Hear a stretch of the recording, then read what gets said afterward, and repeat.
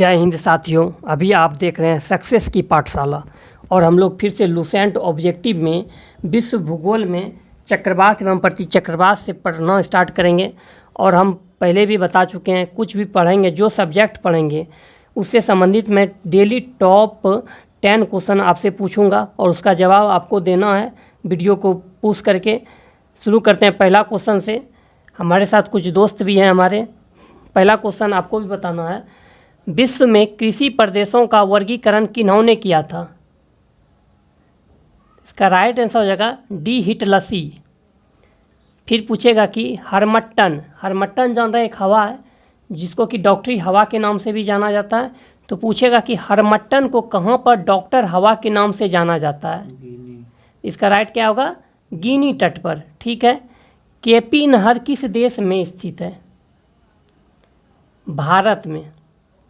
फिर पूछेगा कि ढाका, जो कि बांग्लादेश की राजधानी ढाका है, किस उद्योग के लिए प्रसिद्ध है? कालीन उद्योग के लिए। फिर पूछेगा वायुदाब को मानचित्र पर किस रेखा द्वारा दर्शाया जाता है? इसका राइट आंसर क्या होगा? समदाब रेखा। फिर अगला क्वेश्चन आपसे पूछ देगा कि संचार उपग्रह किस मंडल में स्थित है? आयन मंडल में। और आयन मंडल को इंग्लिश में क्या बोला जाता है? आयनोस्फीयर। ठीक है। फिर पूछेगा कि व्यापार की दृष्टि से कौन सा महासागर संसार का सबसे अधिक व्यस्त महासागर है? अटलांटिक महासागर। और अटलांटिक महासागर का आकार जो है ये कैसा है? एस आकार का है।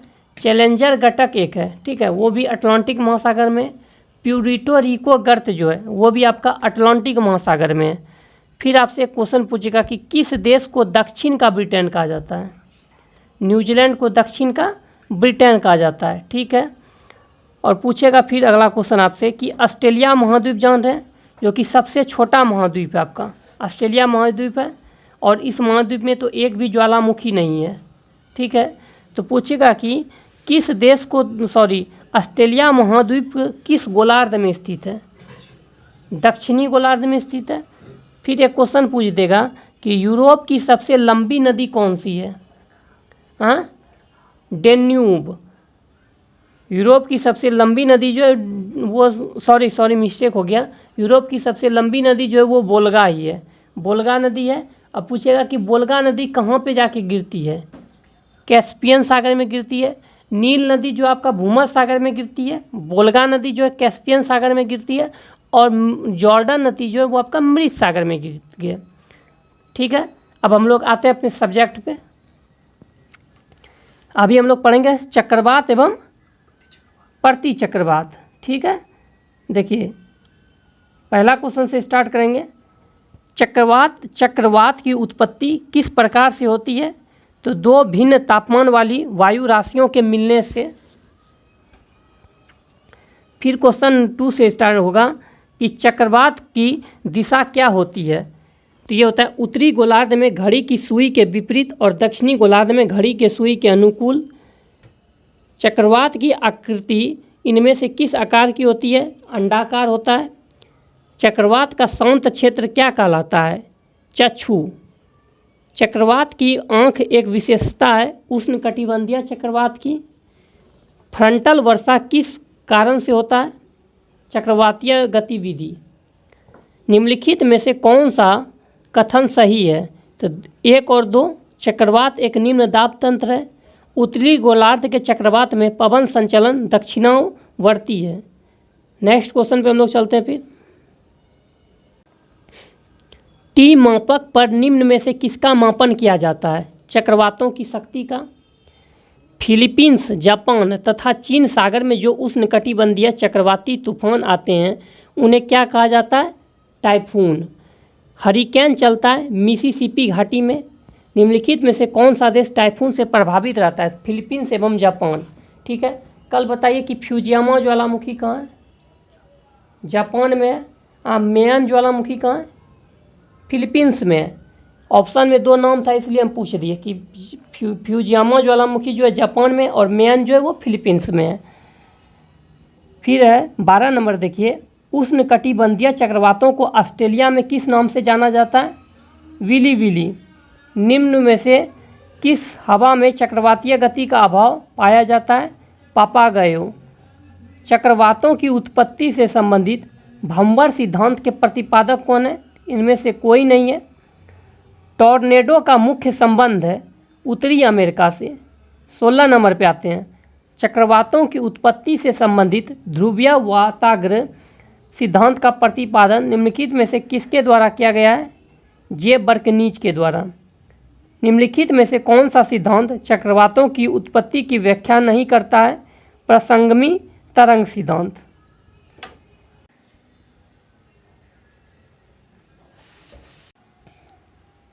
देखिए, टाइफून नामक चक्रवात से कौन सा क्षेत्र प्रभावित होता है? चीन सागर। सुमेलित करना यहाँ पे आपका जो है ये बैगुओ जो हो जाएगा ये आपका हो जाएगा फिलीपींस में। हरिकेन जो हो जाएगा संयुक्त राज्य अमेरिका में हो जाएगा। टाइफून हो जाएगा आपका चीन में। और विली विलीज हो जाएगा ऑस्ट्रेलिया में। नेक्स्ट क्वेश्चन है, प्रति चक्रवात की विशेषता है स्वच्छ आसमान। उच्च दबाव वाले हवाएं जो केंद्र से बाहर की ओर चलती है क्या कहलाती है? प्रति चक्रवात। प्रति चक्रवात में वायु दाब कहाँ अधिक होता है? केंद्र में। प्रति चक्रवात किस क्षेत्र में कम उत्पन्न होते हैं? भूमध्य रेखीय क्षेत्र में।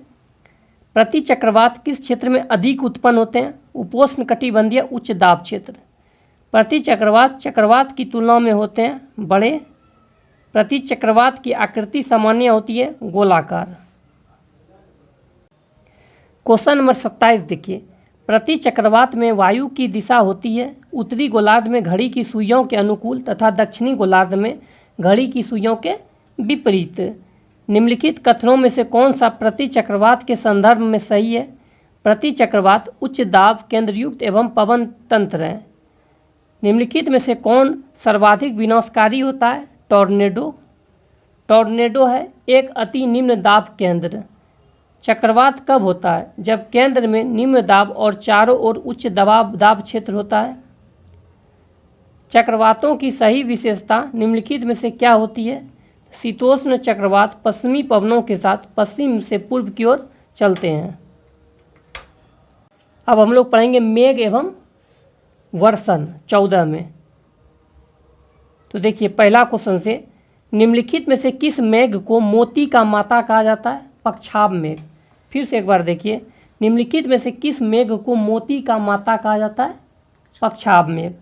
ऐसे घने धूसरी बादलों को क्या कहते हैं जो वर्षा करते हैं? वर्षा स्तरी में। ऑक्टास मापनी का प्रयोग निम्न में से किसके मापने के लिए किया जाता है? मेछादन की मात्रा। नेफोमीटर से किसका मापन किया जाता है? बादलों की दिशा एवं गति का। कौन सा मेघ वायुमंडल में सर्वाधिक ऊंचाई पर निर्मित होता है? पक्षाभ मेघ। पक्षाभ में कोई क्या कहता है? मोती की माता। ठीक है, नेक्स्ट हम लोग चलते हैं फिर क्वेश्चन नंबर 6 से। रेशेदार दिखाई देने वाला मेघ को क्या कहा जाता है? पक्षाभ मेघ। पक्षाभ में कोई मोती का माता कहा जाता है।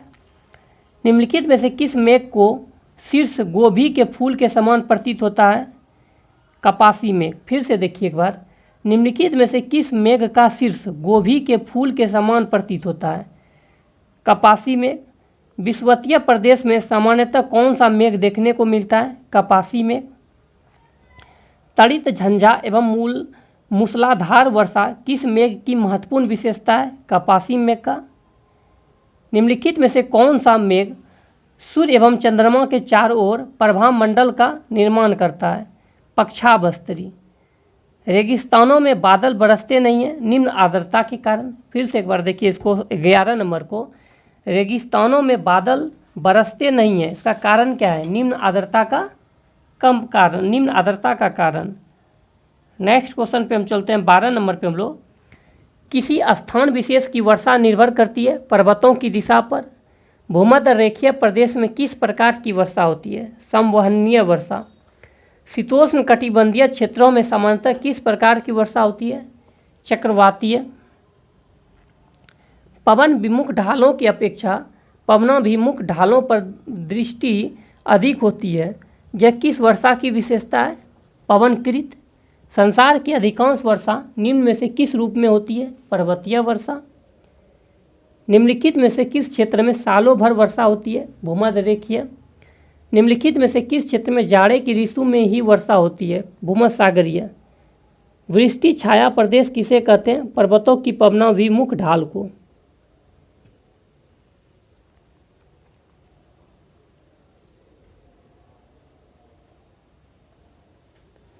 समान वर्षा की मात्रा वाले स्थानों को मिलाने वाली रेखा को क्या कहा जाता है? आइसोहाइट। किस प्रकार की वर्षा बिजली की चमक एवं बादलों की गरज के साथ होती है? संवहनीय वर्षा। विश्व में सर्वाधिक वर्षा वाला स्थान है मानिसराम, जो कि मेघालय में है। विश्व का सर्वाधिक शुष्क स्थल कौन सा? आटाकामा, जो कि चिली में है। अच्छा, पेंटागोनिया कहाँ है मरुस्थल? अर्जेंटीना में है। सहारा मरुस्थल जो है विश्व का सबसे बड़ा मरुस्थल है, सहारा मरुस्थल। अच्छा, सहारा मरुस्थल बताइए से कौन सी झील निकलती है? चांड झील। चांड झील जो है वो सहारा मरुस्थल में स्थित है। ठीक है, क्वेश्चन नंबर 2। अब फिर आप बताइए कि सहारा मरुस्थल किस महादेश में स्थित है? अफ्रीका महादेश में तो स्थित है, लेकिन कौन, उत्तरी या दक्षिणी अफ्रीका में? नहीं, सहारा मरुस्थल जो है उत्तरी अफ्रीका में है और वही कालाहारी मरुस्थल दक्षिणी अफ्रीका में है। ठीक है, सहारा मरुस्थल कहाँ है? उत्तरी अफ्रीका में, और कालाहारी मरुस्थल दक्षिणी अफ्रीका में।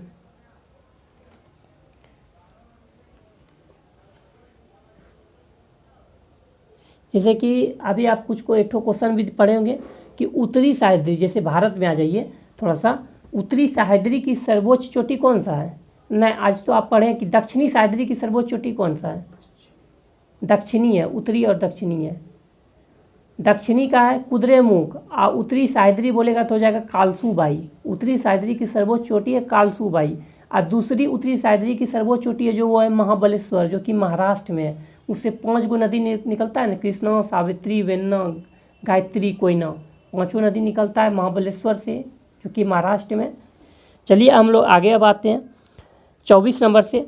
बादल फटने का क्या अर्थ है?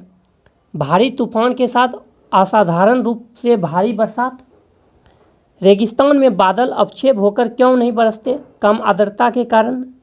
विश्व में वार्षिक वर्षा का औसत कितना है? 100 सेंटीमीटर। निम्नलिखित में से किस प्रकार के मेघ में सतत वर्षण के गुण होते हैं?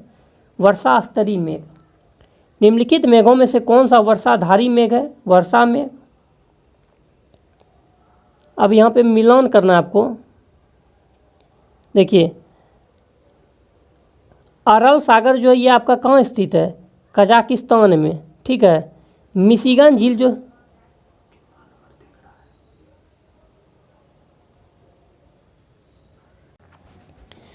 थोड़ा सा आपका 15 नंबर में होगा विश्व की झीलें, जो कि यहाँ पे थोड़ा सेट करने में मिस हो गया है, तो कुछ क्वेश्चन हम बोल देते हैं, आप लोग सुन लीजिएगा। जैसा कि पहला क्वेश्चन होगा, निम्नलिखित में से कौन विश्व का सबसे बड़ी झील है? तो कैस्पियन सागर है। विश्व की सबसे बड़ी मीठे जल की झील कौन है? सुपीरियर झील है। कौन सी विश्व की सर्वाधिक गहरी झील है? बैकाल झील, जो कि रूस में है। विश्व की सर्वाधिक लवणीय झील है वान झील, तुर्की का वान झील। समुद्र तल से सर्वाधिक नीची झील है मृत सागर। जॉर्डन नदी जो गिरती है मृत सागर में ही गिरता है। सर्वाधिक ऊंचाई पर स्थित नौकायान झील है टिटिकाका झील, जो कि पेरू बोलाविया की सीमा पर स्थित है और इसे हनीमून लेक के नाम से भी जाना जाता है। विश्व की सबसे बड़ी खारे जल की झील कौन सा है? कैस्पियन सागर है। बोल्गा नदी जो है वो कैस्पियन सागर में ही गिरती है। विश्व की सर्वाधिक ऊंचाई पर स्थित झील है टिटिकाका झील, जो कि पेरू बोलाविया की सीमा पर स्थित है। और ये आपका क्या कहते हैं, हनीमून लेक भी कहलाता है। निम्नलिखित में से कौन सा देश युग्म अरल सागर के किनारे स्थित है? कजाकिस्तान और उज्बेकिस्तान। अमेरिका के झील प्रदेश में सम्मिलित 5 झीलों में से कौन सी पूर्णतः संयुक्त राज्य अमेरिका में स्थित है? तो मिशिगन। विक्टोरिया झील अवस्थित है पूर्वी अफ्रीका में। निम्नलिखित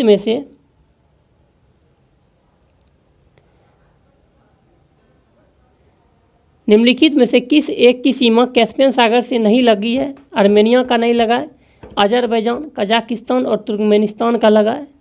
निम्नलिखित में से कौन सी एक झील तंजानिया एवं युगांडा के बीच अंतर्राष्ट्रीय सीमा बनाती है? विक्टोरिया। कैस्पियन सागर स्थित है रूस और ईरान के बीच। अब हम लोग आते हैं 15 नंबर पे।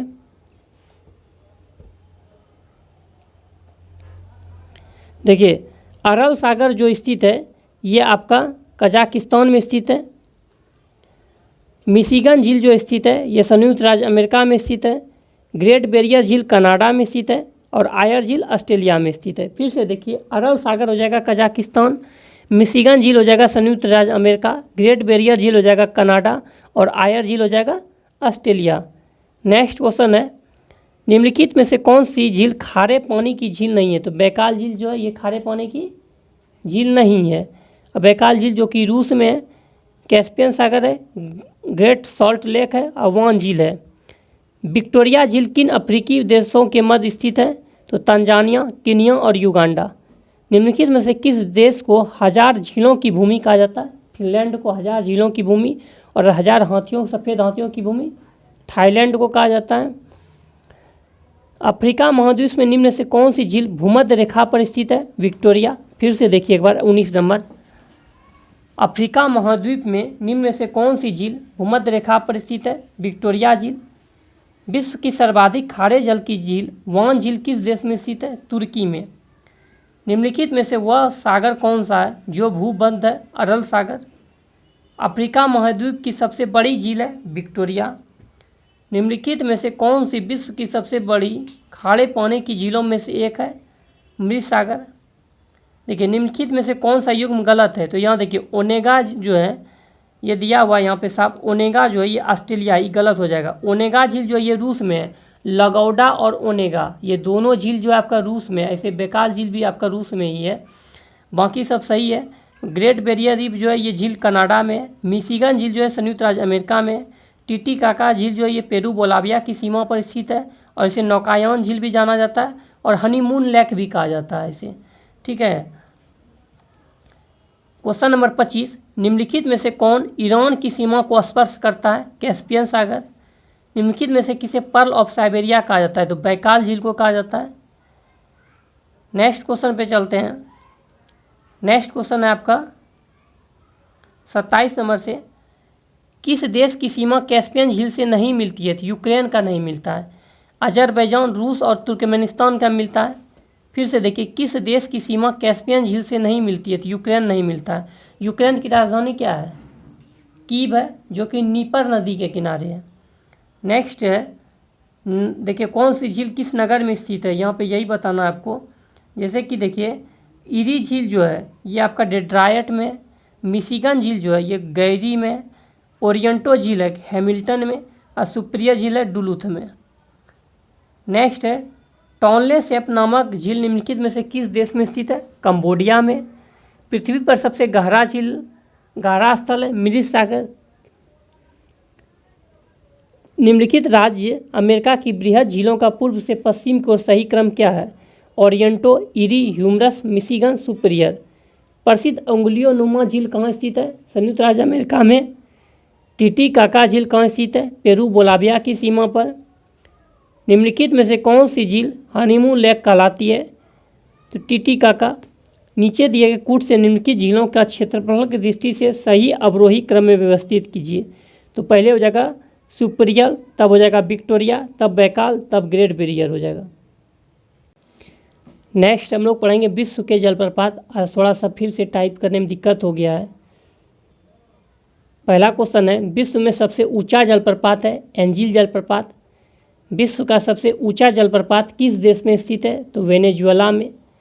एंजिल जलप्रपात किस नदी पर स्थित है? कैरोनी नदी पर। बायोमा जलप्रपात किस नदी पर स्थित है? जैरे नदी पर है। स्टैनली जलप्रपात किस नदी पर स्थित है? कांगो नदी पर है। और न्यागरा जलप्रपात किस नदी पर स्थित है? सेंट लॉरेंस नदी पर है। क्वेश्चन नंबर 7 पे आइए, विक्टोरिया जलप्रपात किस नदी पर स्थित है? जाम्बेजी नदी पर है। न्यागरा जलप्रपात किन दो झीलों के मध्य स्थित है? इरी एवं ओरिएंटो। फिर से देखिए, न्यागरा जलप्रपात किन दो झीलों के मध्य स्थित है? इरी एवं ओरिएंटो। नियाग्रा प्रपात है अमेरिका में, यूएसए में। नियाग्रा जलप्रपात किसकी सीमा पर स्थित है? अमेरिका एवं कनाडा। नेक्स्ट 11 नंबर देखिए, एंजिल जलप्रपात जो है ये कैरोनी नदी पर है। बायोमा जलप्रपात जेरे नदी पर है। स्टेनली जलप्रपात कांगो नदी पर है। और विक्टोरिया जलप्रपात जाम्बेजी नदी पर है। फिर से एक बार देख लीजिए, एंजिल जलप्रपात कैरोनी नदी पर है। बायोमा जलप्रपात जेरे नदी पर है। स्टेनली जलप्रपात कांगो नदी पर है। और विक्टोरिया जलप्रपात जाम्बेजी नदी पर है। अब हम लोग पढ़ेंगे 17 विश्व की नहरें। पनामा नहर किन दो महासागरों को जोड़ती है? प्रशांत महासागर एवं अटलांटिक महासागर को। पनामा नहर का जो कब बन के तैयार हुआ? 1914 ईस्वी में हुआ था। और प्रशांत महासागर सबसे बड़ा महासागर है। प्रशांत महासागर का आकार कैसा है? त्रिभुजाकार है। अटलांटिक महासागर का आकार कैसा है? तो एस आकार का है। क्वेश्चन नंबर 2 में है, पनामा नहर व्यापारिक दृष्टि से सुएज नहर की अपेक्षा कम महत्वपूर्ण है क्योंकि घने आबाद देशों का व्यापार पनामा नहर के द्वारा नहीं होता है। पनामा नहर के संदर्भ में निम्नलिखित में से कौन सा कथन सही नहीं है? तो संसार का 25% व्यापार इस नहर के द्वारा होता है, यह गलत है। यह मार्ग पहले एक डेल्टा के रूप में था। यह नहर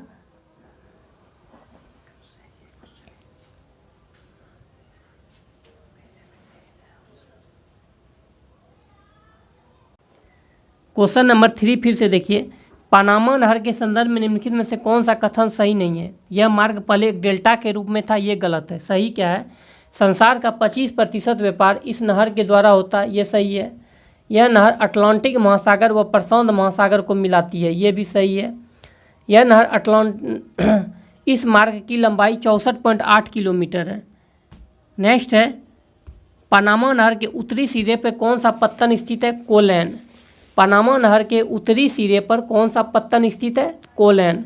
पनामा नहर के दक्षिणी सिरे पर स्थित पत्तन है पनामा।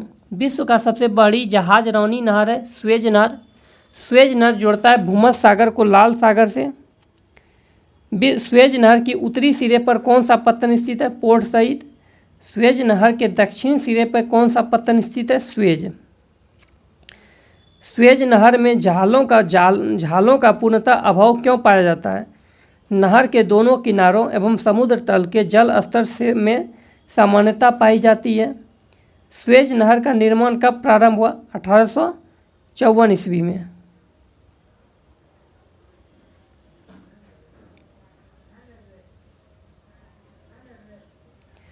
सुएज नहर कब बनकर तैयार हुआ? 1869 ईस्वी में। सुएज नहर की लंबाई कितनी है? 168 किलोमीटर। सू नहर निम्नलिखित में से किसको जोड़ती है? सुपिरियर को ह्यूरन से। कील नहर जोड़ती है उत्तरी सागर को बाल्टिक सागर से। कौन सी नहर बाल्टिक सागर को उत्तरी सागर से जोड़ती है? कील नहर, जो कि जर्मनी में है। क्रा नहर निम्नलिखित में से किस देश में स्थित है? तो थाईलैंड में स्थित है। पनामा जलमड्डू मठ के आर पार नहर खोदने का विचार रखा था हम्बोल्ट ने। निम्नलिखित में से कौन सा कथन सही नहीं है? तो देखिए यहाँ पे क्या था, सू नहर स्वीडन में है, यह स्कॉटहोम तथा ग्रेटनबर्ग के बीच है, ये गलत है। सू नहर जो ये गोटा में स्थित है, स्वीडन में नहीं है। सू नहर कहाँ पे है? सॉरी मिस्टेक हो गया। सू नहर स्वीडन में, ये गलत हो जाएगा। गोटा नहर जो वो स्वीडन में। कौन सा नहर है स्वीडन में? गोटा नहर। और यही जो स्कॉटहोम तथा ग्रेटनबर्ग के बीच है। सही क्या है देख लीजिए। कील नहर जर्मनी में, ये बात सही है। यह उत्तरी सागर को बाल्टिक सागर के बीच में, ये भी सही है। सुएज नहर मिस्र में, ये भी सही है। यह लाल सागर एवं भूमध्य सागर को जोड़ती है। पनामा नहर जो है पनामा में, ये कैरिबियन सागर और प्रशांत महासागर को जोड़ती है, यानी अटलांटिक महासागर को प्रशांत महासागर से जोड़ती है। सुएज नहर के खुलने से किसके बीच समुद्री यात्रा का मार्ग छोटा हो गया? लंदन और चेन्नई का। पनामा नहर सुएज नहर से भिन्न है क्योंकि इसमें लॉक प्रणाली है। अच्छा देखिए एक चीज़ बताइए, कुछ दिन पहले एक चर्चा में था, सुएज नहर में कोई जहाज़ फंस गया था, ठीक है, वो किस देश का जहाज़ था? ताइवान का था। और उसका नाम क्या था? एवरग्रीन जहाज़। एवरग्रीन जहाज़ जो था वही ताइवान का फंस गया था। नेक्स्ट है, पनामा नहर का निर्माण किस वर्ष हुआ था? 1914 में। स्वेज नहर के बन जाने के पश्चात भारत और यूरोप के मध्य समुद्री दूरी में कितनी कमी आई? 7000 किलोमीटर। मिलता है नेक्स्ट वीडियो में। अगर चैनल पर न्यू हो तो चैनल को सब्सक्राइब करें, लाइक करें और पास वाले बेल आइकन को दबा दें, क्योंकि इस चैनल पर सिर्फ और सिर्फ लूसेंट का वीडियो आता है।